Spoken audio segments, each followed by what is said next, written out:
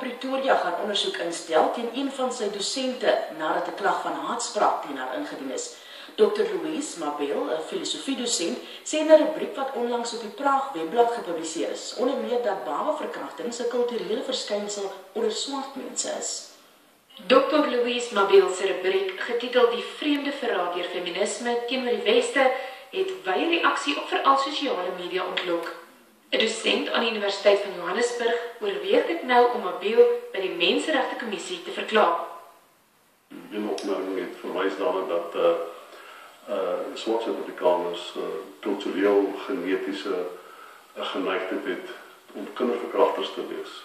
En ek dink dit is 'n verskriklike stelling te maak en ook 'n vorm van rasisme gebaseer. En boonbehalwe hierdie verwysing het sy ook verwys op 'n baie privatieve manier verwys na Jacob Zuma.